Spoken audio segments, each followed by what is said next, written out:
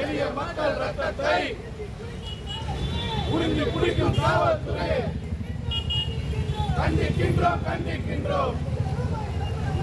லட்சம் ரூபாய் சம்பளம் வாங்குற கண்டிக்கின்றோம் கண்டிக்கின்றோம். ஏழை மக்கள் ரத்தத்தை எளிய மக்கள் ரத்தத்தை குற்ற தடுப்பு போலீசுக்கு தண்ட சம்பளம் தண்ட சம்பளம். ஏமாற்றாதே ஏமாற்றாதே ஏமாற்றாதே ஏமாற்றாதே. காவல்துறை உங்கள் நண்பன் என்று சொல்லி ஏமாற்றாதே. குரல் கொடுப்போம் குரல் கொடுப்போம் குரல் கொடுப்போம் குரல் கொடுப்போம். உரிமைக்காக குரல் கொடுப்போம்.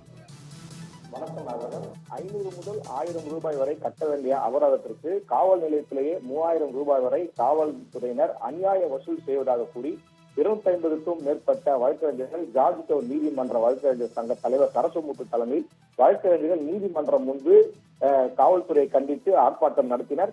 சிறு வழக்குகளுக்கு நீதிமன்றத்தில் செலுத்தும் அபராத தொகையை 500 முதல் 1000 ரூபாய் செலுத்த வேண்டிய அபராதத்திற்கு காவல்துறையினர் காவல் நிலையத்திலேயே 3000 ரூபாய் வரை பெற்றுக்கொண்டு பெரும் பணம் வசூலில் ஈடுபடுவதாகவும் இது தொடர்பாக இந்த மாதம் 2ஆம் தேதி தகவல் அறியும் சட்டத்தின் கீழ் 2005 தகவல் கோரி மனு அளித்திருந்தனர். இதற்கு தமிழக காவல்துறையினர் இயங்கி வரும் காவல் நிலையங்களில் குற்றம் சாட்டப்பட்டவர்கள் மீது பதியப்படும் 75 TNCP ஆக்ட் மற்றும் கோட்பா ஆக்ட் நீதிமன்றம் செலுத்தும் அபராத தொகையினை காவல் நிலையத்தில் இருக்கும் காவலர் அதிகாரிகள் மூலம் வசூல் செய்ய அனுமதி இல்லை என்ற தகவல் வழங்கப்பட்டுள்ளது.